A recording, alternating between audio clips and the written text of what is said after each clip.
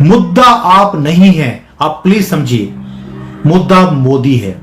Modi because सुनते नहीं है, वो अपने कंट्री के, भारत के इंटरेस्ट की वो काम करेंगे, जो हमारे फायदे की बात है वो वही करेंगे, वो डीप स्टेट को अच्छा लगे या ना लगे। सारी दुनिया की नजरें अभी बांग्लादेश के ऊपर हैं, सीरिया के ऊपर हैं, अफगानिस्तान के ऊपर हैं, या वहां पर इजराइल के ऊपर, रशिया के ऊपर है, आपकी तरफ नहीं है। और जिधर आंख नहीं होती वहीं पर डीप स्टेट हमला करवाता है। Pakistan army does not want a war, but choices क्या है आपके पास? पैसे आपके पास नहीं है, कंट्री ऑलरेडी नर्क से नीचे कोई जगह होती है वहां चली गई है, वहां से निकलने के लिए आप करेंगी क्या? आपको पैसा चाहिए, आपको हथियार चाहिए, आपको अपनी एग्जिस्टेंस को बचाना है। आपकी एग्जिस्टेंस में कंट्री की नहीं, आर्मी की एग्जिस्टेंस की बात बोल रहा हूं। आपकी आर्मी की एग्जिस्टेंस बचेगी कैसे? जब तक कि आप डीप स्टेट के तलवे नहीं चाटते। डीप स्टेट की जड़ें कितनी मजबूत हैं वो आपको अंदाजा नहीं है। अफगानिस्तान में 20 साल से चल रही गवर्नमेंट एक हफ्ते में नहीं 3 दिनों में गिरवा दी गई, और सीरिया में 60 साल पुरानी गवर्नमेंट एक रात में गिर गई। बांग्लादेश में 15 साल से चल रही गवर्नमेंट एक रात में गिरवा दी गई। श्रीलंका में यही हुआ है, इसी को डीप स्टेट बोलते हैं। दोस्तों, अब आपको समझ में आया कि मोदी जी बांग्लादेश में हमला क्यों नहीं कर रहे? क्योंकि बांग्लादेश की तो औकात ही नहीं है भारत को धमकी देने की। सिर्फ 1 घंटे का काम है बांग्लादेश को खत्म करना। लेकिन असल खेल यही है कि किसी तरीके से मोदी जी को इधर उलझा के उधर से पाकिस्तान से भी हमला करवा दिया जाए, और फिर उसके बाद बाइडेन को हमेशा के लिए बिठा दिया जाए, ट्रंप को आने ही ना दिया जाए। यह है डीप स्टेट की चाल। और ये बात आप जानते हैं ना, हमारे तो जेम्स बॉन्ड है अजीत डोवल साहब, और फिर जयशंकर जी हैं, ये तो अंदर तक की खबर निकाल लेते हैं। और आज भारत की जो खुफिया एजेंसी है वो बहुत, आप जानते हैं ना, एक एक चीज पकड़ देती है। तो आज भारत इसलिए आगे बढ़ा हुआ है दोस्तों, इसलिए भी इनको चुभ रहा है। इनको वाकई ये चाहिए कि किसी तरीके से मोदी जी हट जाए, इसी पप्पू को बिठा दें, ताकि भारत का फिर सत्यानाश कर सके। लेकिन दोस्तों, ये चाल कामयाब होगी नहीं। कुछ भी हो जाए, हमने 20 जनवरी तक निकालना ही निकालना है, ट्रंप को आने ही देना है, ताकि डीप स्टेट की कमर तोड़ी जा सके। दोस्तों, आप भी कमेंट्स कीजिएगा, वीडियो को लाइक कीजिएगा, चैनल को सब्सक्राइब कीजिएगा। Thank you very much. पैसे के बिना आपकी आर्मी तो सलूट नहीं मारती एक दूसरे को। भाई एक सलूट के 50 रुपए या 10 रुपए मिलते होंगे, उससे ज्यादा औकात नहीं है आर्मी की आपकी। तो वो जो पैसे हैं सलूट मारने के, वो भी पैसों से वो मारते हैं। पैसा ही नहीं होगा, सलूट लगेगा नहीं, और करेंगे क्या? इसीलिए जब वो डेस्परेशन वाली सिचुएशन आ जाएगी, उन्हें बोला जाएगा, उन्हें ऑलरेडी बताया गया है कि तुम्हें अगर अपनी कंट्री को बचाना है या अपने आप को बचाना है, तुम्हें भारत से युद्ध करना पड़ेगा। यूक्रेन को भी ऐसे ही उकसाया गया, उसके बाद पुतिन को युद्ध करना पड़ा। इजराइल युद्ध नहीं चाहता था, उसे युद्ध में धक्का मारा गया, पहले हमास की तरफ से, फिर हिजबुल्ला की तरफ से। अब पाकिस्तान को भी धक्का मारा जा रहा है भारत नाम के इतने बड़े पहाड़ के सामने, कि जा बेटा तू सूली पे चढ़ जा, तू चढ़ाई कर दे, क्योंकि उससे तुम्हारी इंपॉर्टेंस, जो पाकिस्तान की आर्मी है उसकी इंपॉर्टेंस तभी बनेगी जब वो भारत से युद्ध करेगा। आपके अंदर जो नेशनलिज्म की फीलिंग है वो इकट्ठी होगी, सारा कंट्री एक हो जाएगा जब भारत से युद्ध होगा। वो जो आर्मी है आज भीख मंगी है, आपकी आर्मी यहां पर आप ही के लोगों को मार रही है, वो सब कुछ सभी भूल जाएंगे। डीप स्टेट चाहता है कि कुछ ना कुछ प्रॉब्लम्स क्रिएट रहे पूरे दुनिया के अंदर। डीप स्टेट का एक तरीका है काम करने का। हमने बांग्लादेश में एक गवर्नमेंट को गिरते देखा, भीड़ आई, प्रेसिडेंट पैलेस के अंदर घुसी, और वहां पर जाकर उन्होंने शेख हसीना को भागने के लिए मजबूर कर दिया। आप भी समझती हैं कि क्या एक प्रेसिडेंट को 5-10 हजार लोग आकर ऐसे खत्म कर सकते हैं, भागने के लिए मजबूर कर सकते हैं? जैसे उन्होंने श्रीलंका में किया, उन्होंने सीरिया में किया, अभी पहले अफगानिस्तान में किया, बांग्लादेश में किया, सब जगह पर सेम यही एक पैटर्न आपको दिखाई देता है। भीड़ आती है, प्रेसिडेंट के हाउस में घुसती है, और वहां पर गवर्नमेंट को गिरवा दिया जाता है। भारत और बांग्लादेश के अंदर भी जो अभी आपको एक टेंशन दिखाई देती हैं, वहां पर प्रॉब्लम्स क्रिएट करने की कोशिश की जा रही है, होगा कुछ भी नहीं। अब हमारी नजरें किधर हैं?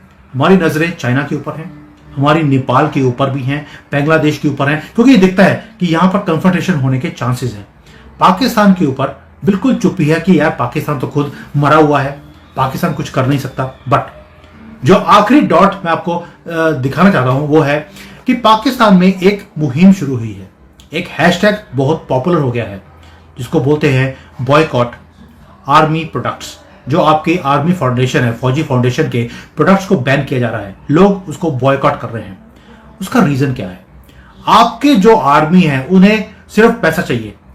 तो ये जो डीप स्टेट है उन्होंने आपकी आर्मी को ड्राई करना शुरू कर दिया पैसों से, और वो भी अपनी मजबूरी में ये काम करने पर मजबूर होंगे। बाइडेन को क्या चाहिए? बाइडेन को युद्ध चाहिए। ऑलरेडी सब जगह पर वो गन डाल रहा है और नजरें जहां पर नहीं है वहीं पर युद्ध होता है। सीरिया के ऊपर किसी की नजरें नहीं थी मैडम, रातों रात उस गवर्नमेंट को गिरवा दिया गया। वो गवर्नमेंट जो 60 साल से वो गवर्नमेंट चला रहे थे, पहले उसके पिताजी ने चलाई, फिर असाद ने खुद चलाई। 60 साल से चल रही गवर्नमेंट को रातों रात गिरवा दिया गया। क्या लगता है कि इतना आसान है? जहां पर जो आपका प्रेसिडेंट है, पूरी पावर है उसके पास पूरी आर्मी, एयरफोर्स सारी की सारी उसके कमांड के नीचे हो, और कुछ हजार लोग आए और गवर्नमेंट गिरवा दें। ये सारी चीजें होती हैं जहां पर आपकी नजरें नहीं होती, जहां पर आप रिलैक्स हो जाते हैं, वहीं से गंद होता है। और आज की डेट में हमें सबको लगता है कि भाई पाकिस्तान के ऊपर सोचने की जरूरत नहीं है, बात करने की जरूरत नहीं है, युद्ध वहीं से होगा।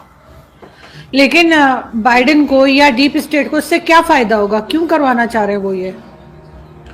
अर्जुन जी, क्या होता है कि जब दो न्यूक्लियर पावर्स आपस में भिड़ती हैं तो क्या होता है कि इमरजेंसी की सिचुएशन क्रिएट होती है दुनिया में, कि दो न्यूक्लियर पावर्स हैं, कभी भी ये न्यूक्लियर वॉर के अंदर ये कन्वर्ट हो सकती है। एक ऐसी सिचुएशन है जिसके ऊपर फिर इनको इमरजेंसी डिक्लेयर करनी पड़ेगी, डीप स्टेट को और बाइडेन को। जैसे ही इमरजेंसी डिक्लेयर होती है उससे एक ही काम होता है कि जो प्रेसिडेंट वहां पे होता है उसके पास अनलिमिटेड पावर आती है और वो कंटिन्यू रहता है एज अ प्रेसिडेंट। 20 जनवरी तक ये सारा कुछ होता रहेगा, उकसाया जाएगा। मैंने आज ही एक शो किया है, मंजरी जी आती है मेरे पास एक शो करने के लिए, उन्होंने एक बड़ा ब्यूटीफुल स्टेटमेंट दिया। स्टेटमेंट ये था कि जैसे नाक में होता है ना, कुछ करते हैं हम लोग तो छींक आने की कोशिश, उसके बाद छींक आती है, कि डीप स्टेट आपके नाक में खुजला रही है, आपको छींक आ रही है, बस आपको एक ही काम करना है। 20 जनवरी तक आपको छींकना नहीं है। वो कोशिश कर रहे हैं कि आप छींके, आपको छींक नहीं आनी चाहिए। 20 जनवरी के बाद आप छींक लीजिए, कोई दिक्कत नहीं है। This is what deep state is doing. आपको उकसाया जा रहा है किसी तरीके से बाइडेन की प्रेसिडेंसी को कंटिन्यू रखा जाए, क्योंकि ट्रंप के आने के बाद डीप स्टेट को, फेक मीडिया हाउसेस को, लिब्रांडों को, इन सबके इकोसिस्टम को तोड़ दिया जाएगा। जो पिछले 40-50 सालों में आपने देखा कि इनकी जड़ें पूरे दुनिया में स्प्रेड हो गई हैं, इन्हें काटा जाएगा। और काटने के लिए इलॉन मस्क और हमारा बोल रहा हूं रामास्वामी, इन दोनों को तैनात कर दिया गया है। अब तो सुना है कि एफबीआई का हेड भी भारतीय है। आप समझ सकती हैं कि क्या कुछ होने वाला है। लेकिन सर, अब आप बात कर रहे हैं, आपके जैसे और लोग भी डेफिनेटली कुछ लोग इस बारे में बात कर रहे होंगे, तो क्या दोनों तरफ पाकिस्तान हिंदुस्तान की जो गवर्नमेंट्स हैं, जो इनकी कह लीजिए फौज है, क्या उसको समझ में नहीं आ रहा कि इस तरफ ले जाया जा रहा है कि अपने आप को जो है वो 20 तारीख तक रोक के रखें? अर्जुन जी, पहली बात यह है, हमारे पास तरक्की हो रही है, हमारे पास बहुत कुछ है काम करने के लिए। हमारा फोकस बड़ा क्लियर है, हमें अपनी कंट्री को एक डेवलप्ड कंट्री बनाना है 2047 तक। व्हाट इज द इमेज या एम ऑफ योर कंट्री? आपकी कंट्री को खुद ही नहीं पता कि हमारी डायरेक्शन क्या है, हमने किस डायरेक्शन पर जाना है। तो ना आपकी कंट्री को पता है, ना आपके हुक्मरानों को पता है, ना ही आपकी आर्मी को पता है। सभी अपने सर्वाइवल की बात बोल रहे हैं कि कैसे पैसे बनाए और कैसे बाहर निकल जाए। आपकी आर्मी का भी वही हाल है, उनको पैसा चाहिए, जो पैसा देगा वो उसी की भाषा बोलेंगे। जब चाइना पैसा देता था आपको, आपने चाइना की भाषा ही बोली। जब अमेरिका आपको कंटेनरों में पैसे देता था तो आपने अमेरिका की भाषा बोली। ये सोने के जो पीछे आपने इतने सब रखा है, ये ऐसे ही बना है। तो अब भी आपको पैसा भी चाहिए, आपको अपनी ही कंट्री में ड्राई कर दिया गया है, आपके बिजनेसेस को रोक दिया गया है, आपके माल बिकना बंद हो गया है आपकी फौजी फाउंडेशन का। जब उनके पास ना दाने होंगे, ना पैसे होंगे, ऊपर से ठकाई हो रही होगी, अपने आप को बचाने के लिए उनको युद्ध में जाना पड़ेगा। मैं नहीं कह रहा हूं कि, आपको मालूम है, आप मेरे से 1-1.5 साल से, you know me very well, मैं सेंसेशंस क्रिएट करने वाला बंदा नहीं हूं। मेरे पास कुछ ऐसी इंफॉर्मेशन होती हैं जिसको मैं बड़ी ढके तरीके से एक बहुत सिंपल वे में समझाने की कोशिश करता हूं कि there is a possibility where your army is being pushed under the tanks of Indian army. वो नहीं चाहते, आपकी आर्मी नहीं चाहती युद्ध करना, लेकिन उन्हें धक्का मारा जा रहा है, जैसे जेलेंस्की को पुतिन के सामने धक्का मार दिया गया। लेकिन सर अभी तो ये कैंपेन इमरान खान के सपोर्टर्स चलाने की कोशिश कर रहे थे और अभी तक ये कोई कामयाब नहीं हुई है। अभी लोगों ने कोई प्रॉपर तरीके से बायकॉट नहीं किया है। वो एक सोशल मीडिया पे कैंपेन चल रही है, बात की जा रही है, लेकिन ऐसा नहीं है कि सबने अचानक से उठे और कहा बस जी आज से हमने फौजी फाउंडेशन का कुछ नहीं इस्तेमाल करना। वो वाली कंडीशन अभी नहीं आई है। आरजू जी, बांग्लादेश में भी 5-6 महीने पहले ऐसे ही छोटा सा एक हैशटैग चला था, शेख हसीना आउट। वो तब कुछ लोगों ने उसका साथ दिया, कुछ लोगों ने स्प्रेड करना शुरू किया। वो कब आग पकड़ेगा, ये डीप स्टेट के हाथ में है।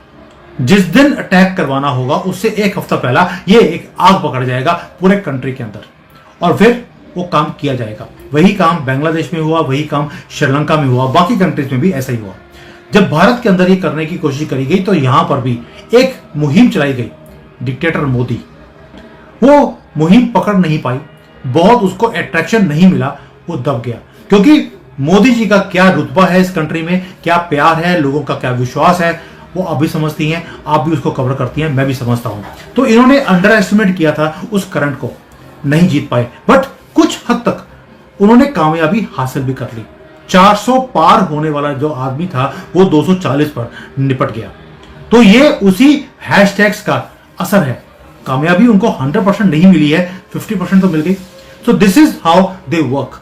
ये पहले उसको आहिस्ता आहिस्ता बॉयल अप करते हैं, टेम्परेचर को इंक्रीज आहिस्ता आहिस्ता करते हैं ताकि किसी को पता ना लगे, और एंड में जाकर उसको एकदम से झटका मारकर then they get their work done.